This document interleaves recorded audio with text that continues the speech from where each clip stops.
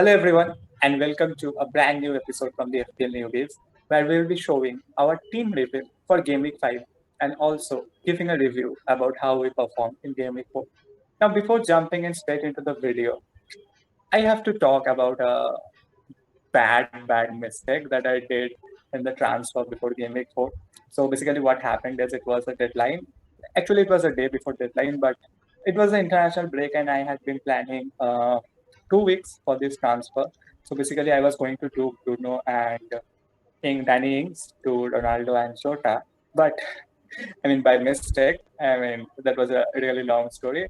By mistake, I did Bruno and Antonio to Ronaldo and Jota. And to compensate, because I still had Danny Ings in my team and Aston Villa, to be honest, have like a very bad run of fixtures, like three red and against all good teams. So there was no way I could keep things. I mean, if Aston Villa had a decent run of fixtures, I probably wouldn't need to transfer him out.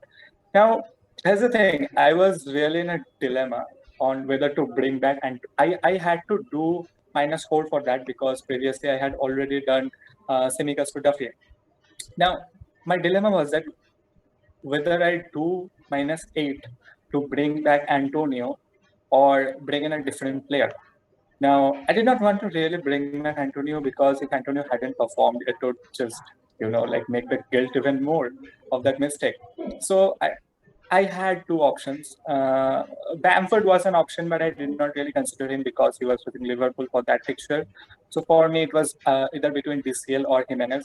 Now, DCL, I know he played, even though Rafa told he was injured, but again, Rafa Benitez told that he was playing through that pain. So I could not really trust that. And I was lucky not to trust it because ultimately he did not start, even though Benitez did not really say in his pre-match press conference that he will not start. He's very much injured or something like that. So even with the 75% playing chance for Diesel, I did not want to take that risk, and I had to settle with Jimenez. Now I was so much afraid that Antonio was totally going to wreck my game. He was going to score a. I thought that he was going to score a brace or something like that. But ultimately, it worked out somehow. I mean, red card -1. Now I calculated how much points I actually lost due to this, and it was -2. So it's not bad. It's definitely not bad. I mean, I was straight up lucky, but this is the reason. Like never make your transfers when you're thinking of something else. Now, Jimenez was picked solely based on the reason that Wolves have a brilliant run of fixtures. I just love it. I I initially wanted to maybe bring Traore in at a later stage, but since I have already brought Jimenez now, I'm not going to bring Traore. And yes, Jimenez gave 1 point, but it's not really a major issue to me. I mean, like at least he played. That's the thing, and he still has lots of easier games to play. And he's really up in the stats with chances created. I mean, he's more likely to get an assist than a goal, and honestly, I'm fine with that. His price has also decreased from 7.5 to 7.4 when I brought him in. So I mean, that's a 0.1 advantage, and I can see Jimenez rising. I mean, I know people are jumping on Bamford because Leeds also have good fixture run, but I think Jimenez will provide that value. And talking about other players, I mean, Brighton double defense worked. I was a bit hesitant on Duffy because of his minutes with Veltman and Dung being back. I wasn't sure if Duffy was going to start, but ultimately it did. And two clean sheet points. I mean, one yellow card for Duffy, but I'm fine with that. Shaw, United are really frustrating me with their defense because I mean, yes, Shaw got an assist and that's what we picked him for. But I also thought that United will keep those clean sheets and Shaw will get those clean sheet points along with those assist points too. But that's not happening. I am growing frustrated with Shaw. Now, I am currently leaning towards selling him for a Chelsea defender from Game Week 7. So far, 6 points versus Southampton expected. I mean, West Ham defensively started poor, but now they have picked up the pace. Midfield, I mean, Greenwood delivered again somehow with an assist. Greenwood is looking like, Lingard when he was at West Ham last year. Even like DCL, how DCL started last year. If he was not getting the goals, he was getting the assists. So, I mean, Greenwood is an essential pick at that point, in my opinion, especially considering he's cheap. He is your way for you into a United attack if you can't afford Bruno and Ronaldo. Salah delivered again, no surprises there. Jota blank, disappointing. But then again, I mean, Mane, like come on, Mane. I mean, the amount of misses that Mane did last match. I mean, it was so frustrating to see. Jota would have been assessed if Mane just Mane missed a direct goal, which was kind of similar to that Starling incident from the Champions League. And I'm like, okay, I mean, I feel frustrated with Jota because I feel that whenever I bring in Jota, he tends not to score. Same thing happened last year. Ben Rama, many people are jumping off Ben Rama, but it's just 2 game weeks and he had to blank. I'm not exactly too worried. I will give him a few more game weeks to see what I can do. He's not a priority for me to transfer out just now. Now, the biggest disappointment was definitely Mahrez. I mean, this many games rest. I mean, he did not even start. We were lucky to get points because he was at least scoring after coming as a substitute. So Mahrez, I already had a price drop with Mahrez. It dropped from 9 to 8.9. And I was looking to transfer him out for Rafinha anyways. And I saw that he was again going to drop in price that night. So I transferred him out for Rafinha for game week 5, which will only be my transfer for this game week. So for my team, it will be just Rafinha in for Mahrez. It was an easy choice considering the fixture of Leeds. And my total points were 69, and if I get the -8 points, it came down to an all over 61. I'm okay with it. I mean, I ultimately had a red arrow, but it was a small red arrow. My previous rank was 640k, and it came down to 677k. I'm just hanging around this bit. I mean, it's not bad, but I'm I hope to make a sincere progress in the further game weeks. Yeah, that was it for my review of the game week. I mean, am I happy? Not exactly, but I am totally satisfied with the mistake that I have made. I mean, yeah, in a word, I was lucky. I mean, Ronaldo kind of saved me. So let's go over to your points. How do you feel about your score this week, and if any transfer that you are looking to make in the future? Yeah, my game week has been not, I mean, 60 plus points. I'm satisfied with this game week, provided that like got a red card in the dying minutes, and that was kind of disappointing because yeah, I mean, he gave 3 match haul consecutively, and there would be a time that he would have blanked. I mean, 2 points wouldn't have been a huge issue, but a suspension is kind of a dilemma. But seeing the fixture, it's not like a huge dilemma because like Antonio will would have been facing Manchester United in next match, and the probability of scoring that would have been very less on paper. So the suspension is not a huge concern. He is only suspended for 1 match, and I can bench him for Rafinha because I already had Rafinha on bench, and since he was facing Liverpool, it was obvious for me to bench him. So I can easily start Rafinha in place of Antonio for next week. So that's not the concern, but like, yeah, minus a negative point is any day kind of a disappointment. And luckily Bruno scored. I mean, Bruno scored an outrageous solo goal, and then Trent also provided an assist and kept the clean sheet, got all 3 bonus points. And I think these two has saved my game week. And also Robert Sanchez kept a clean sheet in goal.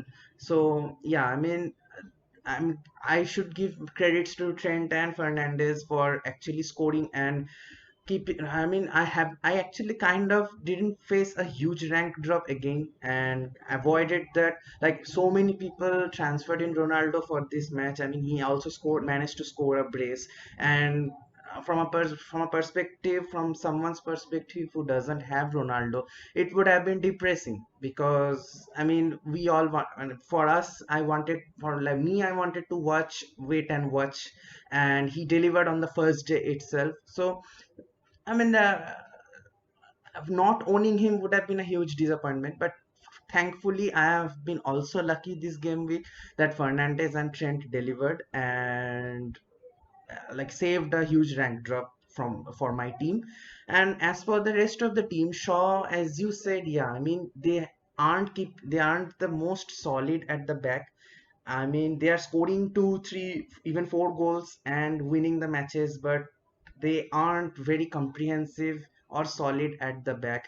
And we also seen that in this this midweek Champions League too, and it's a huge concern because I mean Shaw wouldn't be giving attacking returns every day, and for a defender the primary job is to keep a clean sheet. So I mean it's not Shaw's fault, but the setup isn't the most solid one. I mean you can expect more clean sheets coming from teams like Chelsea, who has such a solid defense, and even Manchester City, who has been very solid at the back in last season in Premier League, and this season also they are looking really great at the back. So yeah, I mean, comparing to them, United aren't the most cemented at the back. So yeah, I mean, you as you said, bringing in a Chelsea defender for Luke Shaw after game week 7 is, I think, one of the best ideas because United are also going into a run of very tough fixtures. I mean, I think they're facing like the top four, three out of the top four teams in a stretch. So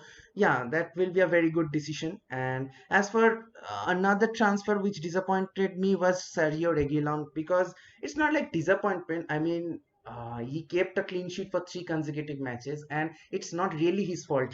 I mean, he literally saved a goal from the goal line, and after going 10 men, Spurs kind of got pinned on the back, and Crystal Palace kind are improving match by match under Vieira, and like they're really looking great, and it was just too much for Spurs to handle. I mean, the penalty conceded was like absolute. I mean, that was a really unnecessary penalty to concede, and then kind of the floodgate opened, and Crystal Palace went all in and scored another two goals. So yeah, I mean, I expected Spurs to keep a clean sheet in this match, and Reguilon, I think, yeah, that was kind of a disappointing. I mean, I know it's not his fault that he didn't keep the clean sheet, but from a FPL perspective, it is really disappointing. But I will not lose my patience as of now. I mean, yeah, they are facing Chelsea next, I think, Spurs, and after that, I think they have two or three kind of fixture difficulty rating, three matches, and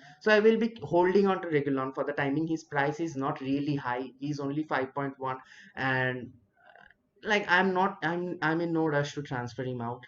Sufal kept a clean sheet against Southampton. Southampton's attack isn't the most clinical, and yeah, 6 points was kind of expected from him. Greenwood, yeah, Greenwood again. I brought him this week, and he delivered somehow again. And it wasn't a straight assist, a direct assist, but still it counts.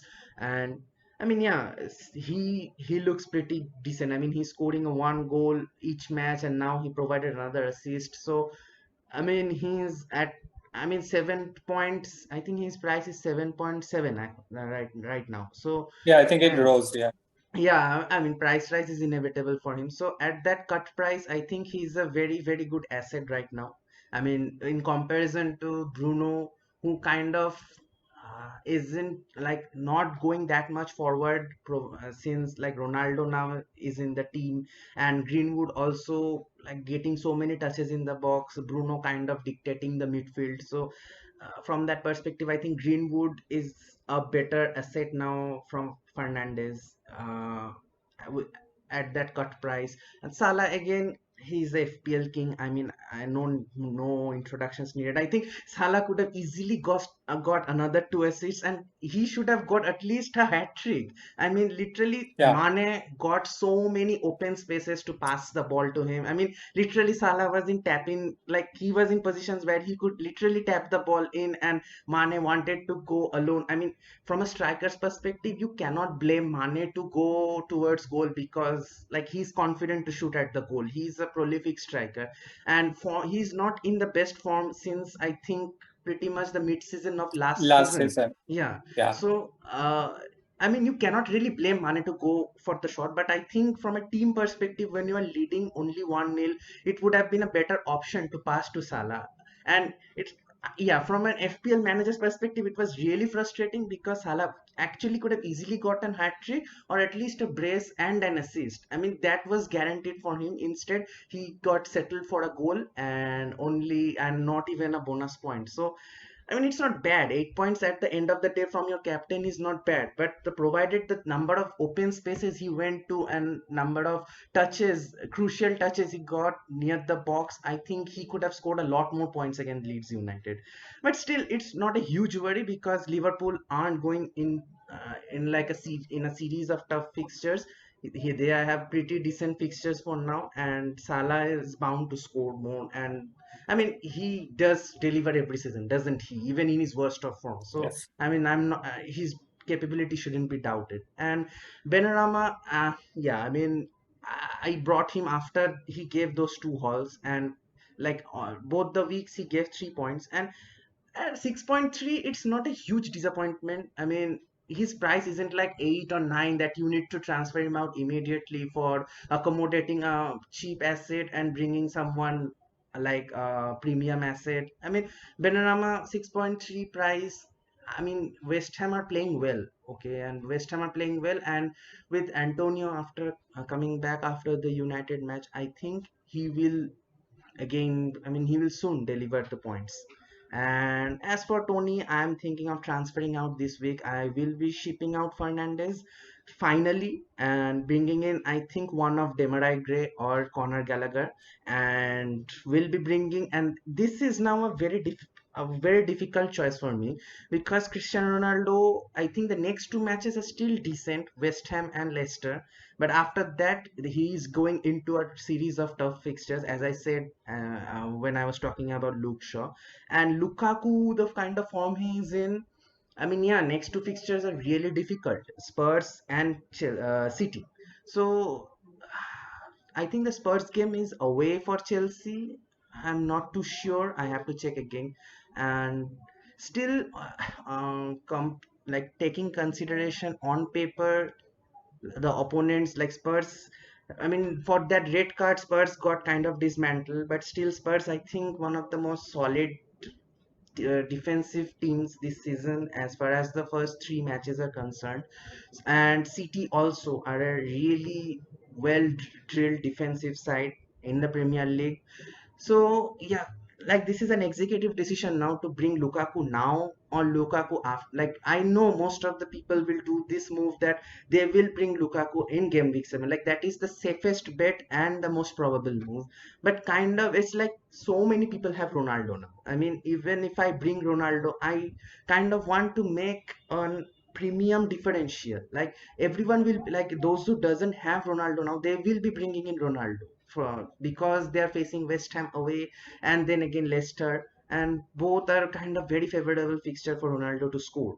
So yeah, so Ronaldo will be the most safest pick for the next two matches, and then you can bring Lukaku because it's easy to because Lukaku's price is lesser than Ronaldo, so you later on replace Ronaldo with Lukaku. But again, as I said, I want to play that like there's a hint of a wish from my side that I want to play and premium differential and bring in Lukaku in the Spurs game because who knows what can happen. He might score against Spurs, he might score against City, and I mean Ronaldo can like cannot score again like in the next two matches. Like in all things considering, anything can happen. So this like 4 game weeks in, I'm like some my subconscious mind is saying that no need to take risk as of now, play it safe, but kind of my heart is saying that go with that like the executive decision and bring Lukaku now. So yeah, as you said that you are also that dilemma that you are facing too, it's kind of my dilemma too, not to like yeah. So let's see what happens. I'm not too sure. I will be making the transfer I think on Thursday. So yeah, let's see. Okay, talking Um, about forwards, I mean, yeah, as you said, it is the safest bet to play Lukaku in after game week 7. So let's consider for people who already have Ronaldo. Let's say he scores in game week 5 and game week 6 consecutively. yes. Do people transfer him out then, or do they keep him? Because the same logic that can be used on Lukaku that yes, he can Yes. score against Spurs and City. Similarly, Ronaldo can also score against the opposition because I mean he's practically playing in a poacher role. He's their target man. Balls are being like United did not used to cross so many balls, but now with Ronaldo, United are crossing balls from all sides just to get it to Ronaldo's head. So if Ronaldo scores in two consecutive matches, is the way to go is to bring in both Ronaldo and Lukaku in a team, generally speaking. Yeah, I mean that's a very, very, very good point. I mean, yes, this is also a scenario that Ronaldo kind of keeps his scoring streak and scores the next two matches. Like that will be a very difficult time, because like that will be a very difficult decision, because you don't want to remove an informed player right away from your team.